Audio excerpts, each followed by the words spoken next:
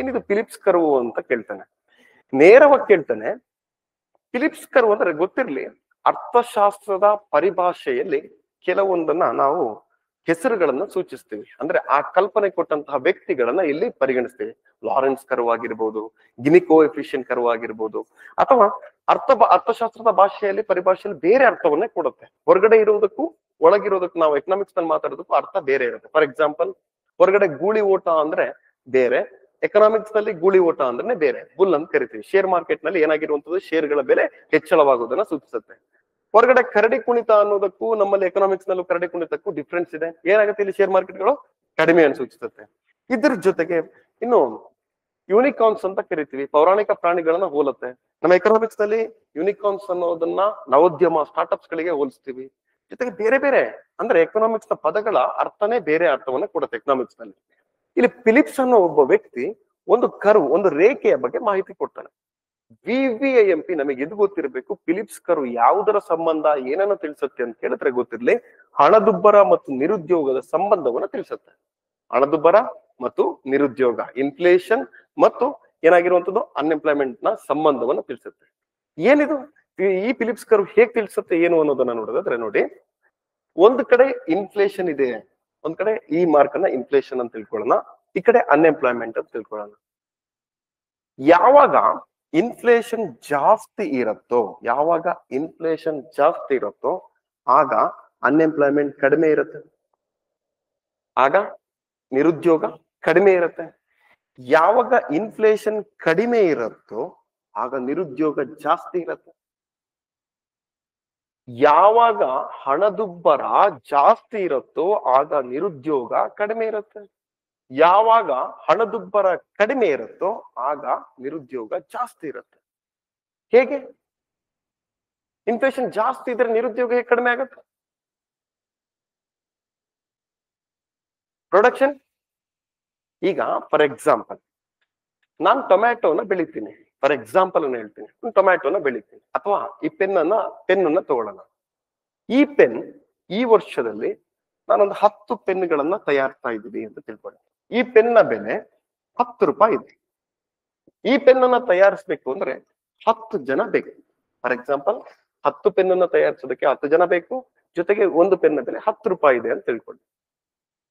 ಈಗ ಇದರ ಬೆಲೆ 100 ರೂಪಾಯಿ ಹೋಯ್ತು. 100 ರೂಪಾಯಿ ಆಯ್ತು, ಒಂದು ಪೆನ್ನ ಬೆಲೆ 100 ರೂಪಾಯಿ ಆಯ್ತು. 10 ರೂಪಾಯಿ ಇದ್ದಂತಹ ಪೆನ್ನ ಬೆಲೆ 100 ರೂಪಾಯಿ ಅಂತ ಆಯ್ತು ಅಂದಾಗ ನಾನ್ ಪ್ರೊಡಕ್ಷನ್ ಮಾಡುವಂತ, ಅಯ್ಯೋ ಒಂದು 10 ರೂಪಾಯಿ ಇದ್ದಿದ್ 100 ರೂಪಾಯಿ ಆಯ್ತಲ್ವಾ, ಯಾಕೆ ಪ್ರೊಡಕ್ಷನ್ ಮಾಡ್ಬೇಕು ಅಂತ ಸುಮ್ಮನೆ ಕೊಡ್ತೀನೋ, ಮತ್ತೆ ಜಾಸ್ತಿ ಪ್ರೊಡಕ್ಷನ್ ಮಾಡ್ತೀನಿ. ಜಾಸ್ತಿ ಪ್ರೊಡಕ್ಷನ್ ಮಾಡ್ಬೇಕು ಅಂದ್ರೆ ಜಾಸ್ತಿ ಏನ್ ಬೇಕು? ನಿರುದ್ಯೋಗಿಗಳಿಗೆ ಉದ್ಯೋಗವನ್ನ ಕೊಡೋದಕ್ಕೆ ಸಾಧ್ಯ ಆಗತ್ತೆ. ಈಗ ಏನೋ ಒಂದು ಬೇರೆ ವಸ್ತುಗಳನ್ನ ತಯಾರನ್ನ ಮಾಡ್ತಿದ್ದೀರಿ, ಯಾವಾಗ ನಿಮಗೆ ಅದರ ಬೆಲೆ ಜಾಸ್ತಿ ಆಗುತ್ತೋ ಪ್ರೊಡಕ್ಷನ್ ಕೂಡ ನೀವೇನ್ ಮಾಡ್ಬೇಕು? ಜಾಸ್ತಿ ಮಾಡ್ಬೇಕು.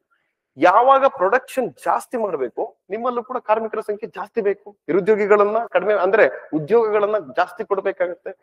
ಹಾಗೆ ತಿಳಿಸುತ್ತೆ ಈ ಫಿಲಿಪ್ಸ್ ಕರ್ವ್ ತಿಳಿಸುತ್ತೆ. ಫಿಲಿಪ್ಸ್ ಕರ್ವ್ ಗೊತ್ತಿರ್ಲಿ, ವೆರಿ ಇಂಪಾರ್ಟೆಂಟ್. ಫಿಲಿಪ್ಸ್ ಕರ್ವ್ ಯಾವುದರ ಸಂಬಂಧವನ್ನ ತಿಳಿಸುತ್ತೆ ಅಂತ ಹೇಳಿದ್ರೆ ಹಣದುಬ್ಬರ ಮತ್ತು ನಿರುದ್ಯೋಗ. ಯಾವಾಗ ಇನ್ಫ್ಲೇಷನ್ ಜಾಸ್ತಿ ಇರುತ್ತೋ ಆಗ ನಿರುದ್ಯೋಗ ಕಡಿಮೆ ಇರುತ್ತೆ. ಯಾವಾಗ ಇನ್ಫ್ಲೇಷನ್ ಕಡಿಮೆ ಇರುತ್ತೋ ಆಗ ನಿರುದ್ಯೋಗ ಜಾಸ್ತಿ ಇರುತ್ತೆ. ಅಂದ್ರೆ ಯಾವಾಗ ಇನ್ಫ್ಲೇಷನ್, ವಸ್ತುವಿಗೆ ಬೆಲೆನೇ ಇಲ್ಲ, ಈಗ ವಸ್ತುಗಳಿಗೆ ಬೆಲೆನೇ ಇಲ್ಲ ಅಂತ ತಿಳ್ಕೊಳ್ಳಿ. ಫಾರ್ ಎಕ್ಸಾಂಪಲ್, ಅವುಗಳಿಗೆ ಸಂಬಂಧಪಟ್ಟಾಗ ಈಗ ಈ ಟೊಮ್ಯಾಟೊ 100 ರೂಪಾಯಿ ಆದಾಗ ಅವುಗಳ ಡಿಮ್ಯಾಂಡ್ಸ್ ಕೂಡ ಜನ ಅದಕ್ಕೆ ನೋಡ್ಬಿಟ್ಟು ಖರ್ಚು ಮಾಡುವಂತದ್ದಾಗಿರ್ಬೋದು, ಇನ್ನೊಂದನ್ನ ಮಾಡ್ತಾರೆ. ಯಾವಾಗ ಅದಕ್ಕೆ ಬೆಲೆನೇ ಇಲ್ಲೋ ಪ್ರೊಡಕ್ಷನ್ ಕೂಡ ಮಾಡಲ್ಲ. ರೈತ ಕೂಡ ಬೆಳೆದಿರುವಂತ ಬೆಲೆಯನ್ನ ಏನ್ ಮಾಡ್ತಾನೆ, ರೋಡಿಗೆ ಬಂದು ತೋರಿತಾನೆ, ಅವುಗಳನ್ನ ಪ್ರೊಡಕ್ಷನ್ ಹತ್ರನೇ ಹೋಗಲ್ಲ. ಇವುಗಳನ್ನ ಫಿಲಿಪ್ಸ್ ಕರ್ವ್ ತಿಳಿಸುತ್ತೆ. ವಿಶೇಷವಾಗಿ ನಮಗೆ ಅಟ್ಲೀಸ್ಟ್ ಇಷ್ಟು ಗೊತ್ತಿರ್ಲಿ, ಫಿಲಿಪ್ಸ್ ಕರ್ವ್ ಯಾವುದರ ಸಂಬಂಧವನ್ನ ತಿಳಿಸುತ್ತೆ? ಇನ್ಫ್ಲೇಷನ್ ಮತ್ತು ಅನ್ಎಂಪ್ಲಾಯ್ಮೆಂಟ್, ಯಾವುದೋ ಹಣದುಬ್ಬರ ಮತ್ತು ನಿರುದ್ಯೋಗದ ಸಂಬಂಧವನ್ನ ತಿಳಿಸುವಂತಹ ರೇಖೆಯನ್ನ ಫಿಲಿಪ್ಸ್ ಕರ್ವ್ ಅಂತ ಕರಿತೀವಿ. ಹಾಗಾದ್ರೆ ಡಿಮ್ಯಾಂಡ್ ಪುಲ್ ಇನ್ಫ್ಲೇಷನ್ ಅಂದ್ರೆ ಏನು? ಪ್ರೊಡಕ್ಷನ್. ಡಿಮ್ಯಾಂಡ್ ಪುಲ್ ಇನ್ಫ್ಲೇಷನ್ ಅಂದ್ರೆ ಪ್ರೊಡಕ್ಷನ್ ಕಡಿಮೆ ಇದ್ದು ಕನ್ಸ್ಯೂಮರ್ ಏನಾಗಿರುವಂತದ್ದು ಜಾಸ್ತಿ ಆದಾಗ ನಡೆಯುವಂತದ್ದು ಯಾವ್ದು ಇನ್ಫ್ಲೇಷನ್? ಅದು ಡಿಮ್ಯಾಂಡ್. ಕಾಸ್ಟ್ ಪುಶ್ ಇನ್ಫ್ಲೇಷನ್ ಯಾವಾಗ ಆಗತ್ತೆ? ರಾ ಮೆಟೀರಿಯಲ್ಸ್ ಗಳ ಬೆಲೆ ಹೆಚ್ಚಳವಾಗಿ ಮತ್ತು ಲೇಬರ್ ಕಾಸ್ಟ್ ಕೂಡ ಹೆಚ್ಚಳವಾದಾಗ ಸಂಭವಿಸೋದು ಯಾವುದು? Cost push inflation. Next core inflation ಅಂದ್ರೆ ಏನು? ಇಂಧನ ಮತ್ತು ಆಹಾರವನ್ನ ಹೊರತುಪಡಿಸಿ ಇನ್ಫ್ಲೇಷನ್ ಅನ್ನ ಲೆಕ್ಕ ಹಾಕಿದ್ರೆ ಅದನ್ನ ಕೋರ್ ಇನ್ಫ್ಲೇಷನ್ ಅಂತ ಕರಿತೀವಿ. ಇನ್ನೊಂದು ಸ್ಟ್ಯಾಗ್ಫ್ಲೇಷನ್ ಅಂದ್ರೆ ಏನು? ನಿರುದ್ಯೋಗನು ಮತ್ತು ಹಣದುಬ್ಬರ ಎಟ್ ಎ ಟೈಮ್ ನಲ್ಲಿ ಜಾಸ್ತಿ ಇರುವಂತದನ್ನ ತಿಳಿಸುತ್ತೆ. ಬಾಟಲ್ ನೆಕ್ ಇನ್ಫ್ಲೇಷನ್ ಅಂದ್ರೆ ಏನು? ಒಂದು ಸಂದರ್ಭ, ಅಪಘಾತ, ಆಕ್ಸಿಡೆಂಟ್ ಆಗಿರ್ಬೋದು, ಅಥವಾ ಅಡ್ಮಿನಿಸ್ಟ್ರೇಷನ್ ಏನ್ ಪ್ರಾಬ್ಲಮ್ ಆಗಿರ್ಬೋದು, ಒಂದು ವಸ್ತು ತಲುಪೋದು ನಿಂತ್ರೆ ಆ ವಸ್ತುವಿನ ಬೆಲೆ ಹೆಚ್ಚಳವಾದ್ರೆ ಬಾಟಲ್ ನೆಕ್ ಇನ್ಫ್ಲೇಷನ್ ಅಂತ ಕರಿತೀವಿ. Very important. ಇವುಗಳ ಮೇಲೆ ನಮಗೆ ಕ್ವಶನ್ ಅನ್ನು ಜಾಸ್ತಿಯಾಗಿ ಕೇಳ್ತಾನೆ. ಫಿಲಿಪ್ಸ್ ಕರ್ವ್ ಏನನ್ನ ತಿಳಿಸುತ್ತೆ, ಬಹಳಷ್ಟು ಬಾರಿ ಎಕ್ಸಾಮ್ ನಲ್ಲಿ ಕೂಡ ಕೇಳಿದ್ದೇನೆ. ಇದರ ಜೊತೆಗೆ ಈಗ ಫಾರ್ ಎಕ್ಸಾಂಪಲ್ ಅನ್ನು ನೋಡೋದಾದ್ರೆ, ಈ ಹಣದುಬ್ಬರ ಇದೆ. ಈ ಹಣದುಬ್ಬರ ಇಷ್ಟು ವಿಷಯ ಚರ್ಚೆ ಮಾಡಿದ್ವಲ್ಲ, ಇನ್ಫ್ಲೇಷನ್ ಅನ್ನ ನೋಡಿದ್ವಿ, ಅದರ ಸಂಬಂಧಪಟ್ಟ ಹೇಗಾಯ್ತು, ಯಾವ ತರ ಜಾಸ್ತಿ ಆಯ್ತು ಅನ್ನೋದನ್ನ ನೋಡಿದ್ವಿ. ಇನ್ಫ್ಲೇಷನ್ ಒಳ್ಳೇದು ಕೆಟ್ಟದು? ಒಳ್ಳೇದು ಇದೆ, ಕೆಟ್ಟದು ಇದೆ. ಸರಿ, ಇನ್ಫ್ಲೇಷನ್ ಇರ್ಬೇಕಾ ಅಥವಾ ಇರಬಾರ್ದು? ಇರ್ಬೇಕಾ? ಇನ್ಫ್ಲೇಷನ್ ಇರಬೇಕೋ ಬೇಡ? ಸ್ವಲ್ಪ ಮಟ್ಟಿಗೆ ಇನ್ಫ್ಲೇಷನ್ ಇರಬೇಕು. ಇನ್ಫ್ಲೇಷನ್ ಇಲ್ಲ ಅಂದ್ರೆ ಒಳ್ಳೇದಲ್ವಾ? ಏನಾದ್ರೂ ಸಮಸ್ಯೆ ಆಗತ್ತೆ ಇನ್ಫ್ಲೇಷನ್ ಇಲ್ಲ ಅಂದ್ರೆ? ಉತ್ಪಾದಕನಿಗೆ ಸಮಸ್ಯೆ ಆಗತ್ತ? ನನ್ ಕ್ವಶನ್ ಅರ್ಥ ಆಗ್ತಿದ್ಯಾ? ಯಾವಾಗ ಇನ್ಫ್ಲೇಷನ್ ಇಲ್ಲ, ಡಿಫ್ಲೇಷನ್ ಇದೆ, ಇನ್ಫ್ಲೇಷನ್ ಇಲ್ಲ, ಇದು ಇನ್ಫ್ಲೇಷನ್ ಒಳ್ಳೇದು, ಡಿಫ್ಲೇಷನ್ ಒಳ್ಳೇದು? ಇನ್ಫ್ಲೇಷನ್ ಒಳ್ಳೇದಾ? UPSC ಡೈರೆಕ್ಟ್ ಕ್ವಶನ್ ಅದು. ಇನ್ಫ್ಲೇಷನ್ ಒಳ್ಳೇದು, ಡಿಫ್ಲೇಷನ್ ಒಳ್ಳೇದು? ಅಲ್ಲಿ ಆಪ್ಷನ್ ಇಲ್ಲ. ಅದು ಇನ್ಫ್ಲೇಷನ್ ಒಳ್ಳೇದು, ಡಿಫ್ಲೇಷನ್ ಒಳ್ಳೇದು? ಇನ್ಫ್ಲೇಷನ್ ಒಳ್ಳೇದು. ಯಾಕೆ ಇನ್ಫ್ಲೇಷನ್ ಅಂದ್ರೆ ಒಂದಿಷ್ಟು ಲಿಮಿಟ್ ಇರ್ಬೇಕು. ಸರಿ, ಇನ್ಫ್ಲೇಷನ್ ಇಲ್ಲ ಅಂದ್ರೆ ಏನಾಗತ್ತೆ? ನಿರುದ್ಯೋಗ ಏನಾಗತ್ತೆ? ಜಾಸ್ತಿ ಆಗತ್ತೆ. ಹೇಗ್ ನಿರುದ್ಯೋಗ ಜಾಸ್ತಿ ಆಗತ್ತೆ? ಪ್ರೊಡಕ್ಷನ್ ಆಗೋದಿಲ್ಲ. ಪ್ರೊಡಕ್ಷನ್ ಆಗ್ಲಿಲ್ಲ ಅಂದ್ರೆ ನಿರುದ್ಯೋಗ ಜಾಸ್ತಿ ಆಗತ್ತೆ. ಪ್ರೊಡಕ್ಷನ್ ಆಗ್ಲಿಲ್ಲ ಅಂದ್ರೆ GDP ಕುಸಿಯತ್ತೆ. ಪ್ರೊಡಕ್ಷನ್ ಆಗ್ಲಿಲ್ಲ ಅಂದ್ರೆ ದೇಶ ನಡೆಸೋದಕ್ಕಾಗಲ್ಲ. ಇವುಗಳನ್ನ ಇನ್ಫ್ಲೇಷನ್ ಅಂತ ಕರಿತೀವಿ. ಈಗ ಹಾಗಾದ್ರೆ ಇನ್ಫ್ಲೇಷನ್ ಇರಬೇಕು, ಎಷ್ಟು ಮಟ್ಟಿಗೆ ಇರಬೇಕು, ಹೇಗಿರ್ಬೇಕು ಅನ್ನೋದನ್ನ ನೋಡೋದಾದ್ರೆ, ಫಾರ್ ಎಕ್ಸಾಂಪಲ್, ಒಬ್ಬ ವ್ಯಕ್ತಿ ಒಂದು ಸ್ವಿಮ್ಮಿಂಗ್ ಪೂಲ್ ಅಲ್ಲಿ ಅಥವಾ ಹೊಳೆಯಲ್ಲಿ ಇದ್ದಾನೆ ಅಂತ ತಿಳ್ಕೊಳ್ಳಿ, ನದಿಯಲ್ಲಿದ್ದಾನೆ. ಅವನು ಎರಡೂ ಕಾಲ್ಗಳನ್ನ ನದಿ ನೀರಿಗೆ ಕಾಲ್ ಕೊಟ್ಟು ಸುಮ್ಮನೆ ಕೂತಿದ್ದಾನೆ. ಸಣ್ಣ ಪುಟ್ಟ ಮೀನುಗಳು ಬಂದು ಕಚ್ಕುಳಿ ಮಾಡ್ತಾ ಇದೆ. ಅವನಿಗೆ ಇರಿಟೇಟ್ ಆಗ್ಬಿಟ್ಟು ಸತ್ತೇ ಹೋಗೋಣ ಅಂತ ಅನ್ಸತ್ತ? ಇನ್ನು ಸ್ವಲ್ಪ ಹೊತ್ತು ಪೂರ್ಣ ಅಂತ ಅನ್ಸತ್ತ? ಇನ್ನೊಂದ್ ಸ್ವಲ್ಪ ಹೊತ್ತು ಪೂರ್ಣ ಅಂತ ಅನ್ಸತ್ತಲ್ವಾ? ನೀರು ಇಲ್ಲಿ ತನಕ ಇದೆ. ಈಗ ಈ ವ್ಯಕ್ತಿ ಇಲ್ಲಿ ತನಕ ನೀರ್ ಕಣ್ಣಿನ ತನಕ ಬಂದಿದೆ, ಇಷ್ಟು ಮಾತ್ರ ಮೇಲೆ ಕಾಣ್ತಿದೆ, ಮೂಗ್ ತನಕ ಇದೆ. ಇಲ್ಲಿ ಈ ವ್ಯಕ್ತಿ ಸಾಯ್ಬೋದಾ? ಇಲ್ವಾ? ಸಾಧ್ಯತೆ? ಇಲ್ಲಿ ತನಕ ನೀರಿದೆ, ಏನಾಯ್ತು? ಹಾ, ನೀರ್ ಇಲ್ಲಿ ತನಕ ಇದೆ, ಸಾಯ್ಬೋದಾ?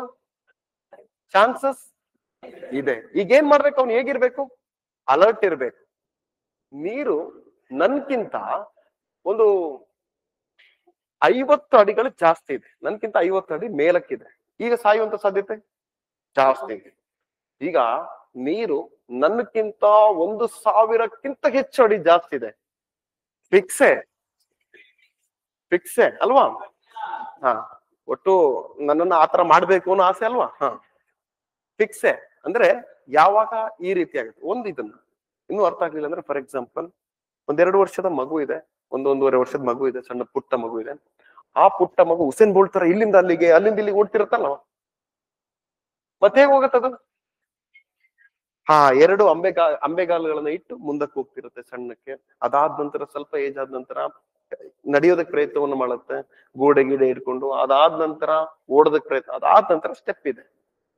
ಕೆಲವೊಂದ್ಸಲಿ ದೊಡ್ಡ ವ್ಯಕ್ತಿಗಳು, ದೊಡ್ಡವರು ಕೂಡ ನಡೀತಾರೆ, ಗೋಡೆಲ್ಲ ಇಟ್ಕೊಂಡು ನಡೀತಾರೆ. ಆ ಸಂಜೆ ಮೇಲೆ ಅದನ್ನ ಬರ್ತಿರ್ತಾರೆ, ಆ ಕಡೆ ಹೋಗ್ತಿರ್ತಾರೆ, ಅವುಗಳು ಬೇರೆ ಆ ವ್ಯಕ್ತಿಗಳು.